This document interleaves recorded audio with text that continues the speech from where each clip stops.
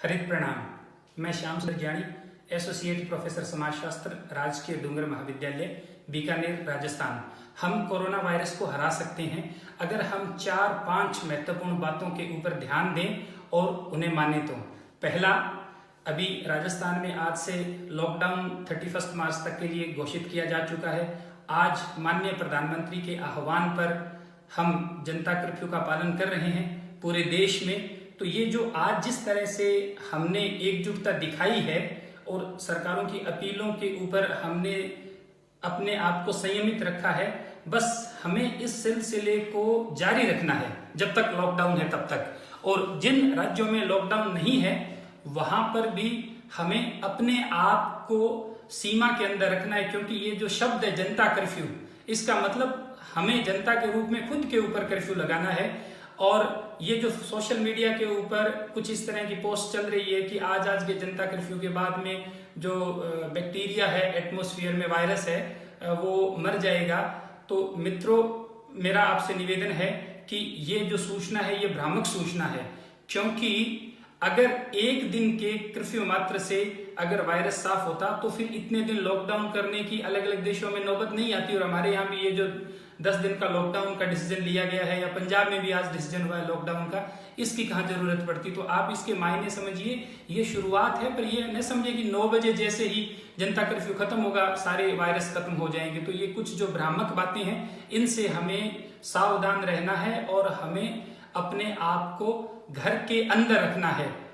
Number 2, अगर बहुत जरूरी हो कि हमें घर से बाहर निकलना ही पड़ेगा तो कोशिश ये हो कि घर का सिर्फ एक ही व्यक्ति बाहर जाए, और वो भी सबसे समझदार व्यक्ति। और जब वो बाहर जाए तो ये ध्यान रखे कि उनके मास्क जो है वो पहन के जाए, और जहां तक संभव हो किसी भी चीज को टच न करे, और अगर टच करे तो उनके पास में हैंड सैनिटाइजर हो, उससे वो अपने हाथ को तुरंत ही साफ करें। और जब तक हाथ साफ नहीं होते हैं तब तक मुंह, नाक और आंख इनके हाथ नहीं लगाएं।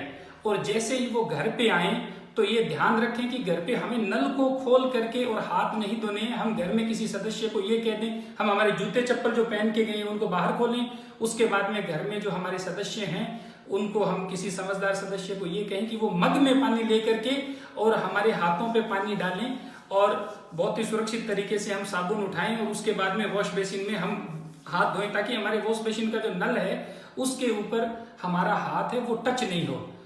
ये और साबुन को भी फिर साथ ही साथ हम अच्छे से धो करके रख दें, ताकि किसी भी सूरत में अगर हमने बाहर किसी वस्तु को टच किया है और हमारे हाथ पे अगर वायरस लग गया है तो वो किसी भी सूरत में घर में फैले नहीं। ये हमें ध्यान रखना है। ये दूसरी बात। तीसरी जो बात है वो ये कि कुछ लोग अब भी बेवकूफी वश ये कह रहे हैं कि इससे कुछ नहीं होता, ये वो। देखिए, मूर्खता और बहादुरी के अंदर बहुत ही पतली लकीर होती है, और ये वायरस है, इसके कोई जबान नहीं है कि ये कहेगा आ जाओ मेरे साथ कुश्ती लड़ लो, और ये किसी का रिश्तेदार नहीं है। इसलिए जो लोग ये कहते हैं कि कुछ नहीं होगा, ये वो लोग महामूर्ख लोग हैं। तो कृपया करके ऐसे लोग, अगर आपके आसपास भी कोई आपका जानकार है जो अगर ऐसा कह रहा है तो उनको समझाइए ये बिल्कुल तकनीकी मामला है, इसको बिल्कुल सीरियसली लेना है, इसको हवा में नहीं उड़ाना है।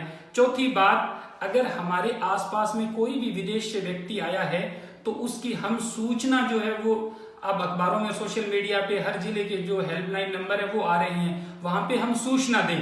आप मेरे पेज के ऊपर भी उसकी सूचना दे सकते हैं। अगर आपको ये लगता है कि पेज पे सूचना देंगे पब्लिक हो जाएगा, तो आप इनबॉक्स में जाकर के मुझे बता सकते हैं कि यहाँ ये अमुक व्यक्ति है, मैं संबंधित के आपको नंबर उपलब्ध करवा दूंगा उस जिले की हेल्पलाइन के।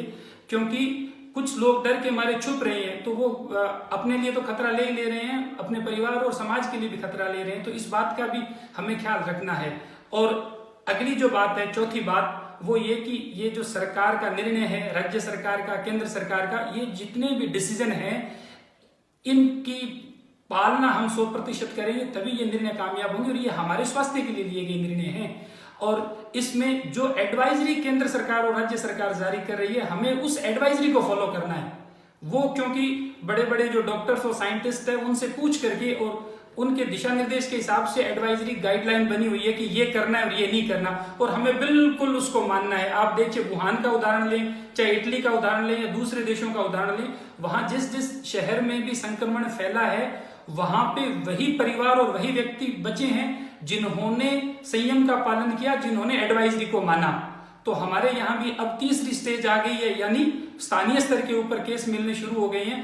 पर अब ये जो 10 दिन का लॉकडाउन राजस्थान में, आप इसको समझिए, इसमें ऐसा होगा कि अगर 10 दिन तक हमने अपने आप को अपने घरों में रखा तो जितने संक्रमित लोग हैं वो चिन्हित, आइडेंटिफाइड हो जाएंगे। जिस जिसमें संक्रमण आएगा वो हॉस्पिटल में भर्ती कर लिए जाएंगे, तो वो संक्रमण में ही रुक जाएगा। और अगर सरकार को ये जरूरत महसूस हुई कि हमें इसको थोड़ा आगे करना पड़ सकता है, तो 5-10 दिन आगे हो सकता है। इतने में पूरी तरह से संक्रमित व्यक्ति चिन्हित होकर के उनका इलाज शुरू हो जाएगा। जैसे जैसे वो ठीक होंगे फिर वो मुख्य धारा में शामिल हो जाएंगे। तो हम इसको यही रोक देंगे, इस चेन को। ये चेन ऐसे ही टूटेगी। अब अंतिम और बहुत महत्वपूर्ण बात यह है कि हमारे यहाँ पे बहुत सारे लोग गरीब हैं, उनके लिए जो सरकार व्यवस्था कर रही है उसमें हमारी भागीदारी बनती है। अभी जैसे कुछ लोग सोशल मीडिया पे ये कह रहे हैं कि अभी तक कोई उद्योगपति आगे नहीं आया।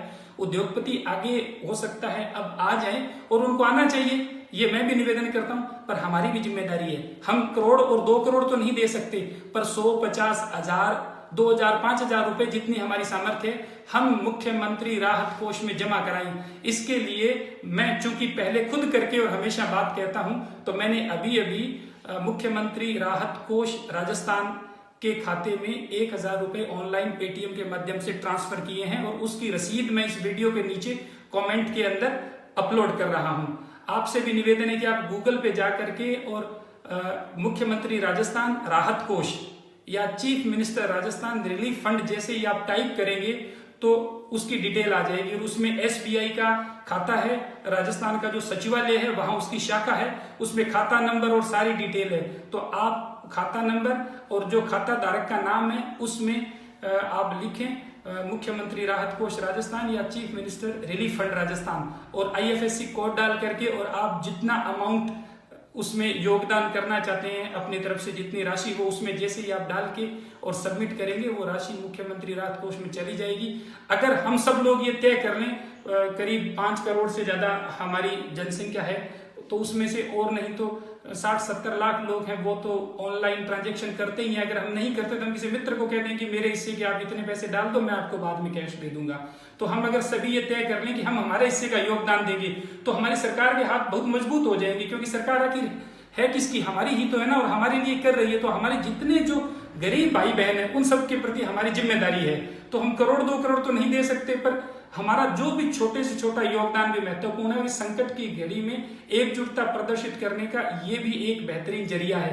तो हम एडवाइजरी को माने, ये मेरा निवेदन है। और साथ ही साथ हम chief minister relief fund Rajasthan मुख्यमंत्री राहत कोष में भी अपने हिस्से का योगदान दें। और मेरा आपसे अंतिम निवेदन ये है कि आप इस वीडियो को मेहरबानी करके देखने के बाद में इसे शेयर करें अपने फेसबुक प्रोफाइल के ऊपर भी, और साथ ही साथ आजकल व्हाट्सएप पे भी फेसबुक से शेयर होता है, वहां भी आप इसको शेयर करें, ताकि अधिक से अधिक लोगों तक ये बात जाए कि हमें किस तरह से तो पालन करना है एडवाइजरी का, और साथ ही ये जो रिलीफ फंड में हमारा योगदान है ये बात भी जाए। और आपसे ये भी निवेदन है कि आप रिलीफ फंड में अपना योगदान देने के बाद में कमेंट बॉक्स में उसका स्क्रीनशॉट लेकर के और वो चढ़ाएं, ताकि और लोगों को भी लगे कि सिर्फ मैं अकेला ही योगदान नहीं कर रहा हूं, इतने सारे लोग कर रहे हैं, तो इससे मोटिवेट होते हैं। और चूंकि मेरा ये जो पेज है ये पर्यावरण पाठशाला के नाम से हर पर्यावरण से संबंधित चीजें ही मैं इस पे साझा करता हूं।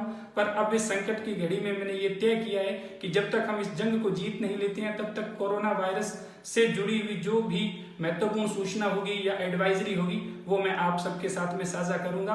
हमें बिल्कुल भी घबराना नहीं है, पर बिल्कुल भी लापरवाह नहीं होना है। और हमारे माननीय मुख्यमंत्री महोदय का हम सब राजस्थान के हित में जो लिया गया निर्णय है, हमें इस निर्णय को सफल बनाना है। क्योंकि राजस्थान भारत का सबसे बड़ा प्रदेश है, इसलिए हमारी जिम्मेदारी भी सबसे बड़ी है। और राजस्थान पहला ऐसा राज्य है जिसने लॉकडाउन का निर्णय लिया है सबसे पहले। तो हम अगर यहाँ पे रोक पाने में कामयाब हो गए ना कोरोना वायरस को, तो उसी की कॉपी बाकी स्टेट करेंगे और हमारा पूरा देश इस संकट से निकल आएगा। तो मुझे उम्मीद ही नहीं, पूरा भरोसा है कि हम सब मिल करके और एक अच्छे नागरिक के रूप में अपने सरकारों की जो एडवाइजरी है उसको मानेंगे। क्योंकि यही आज के वक्त में सबसे बड़ी जरूरत है, सबसे बड़ा राष्ट्रवाद है, और सबसे बड़ी देशभक्ति है, और सबसे बड़ा परिवारवाद और मानववाद भी है। आप सबके लिए मंगल कामनाएं। Thank you.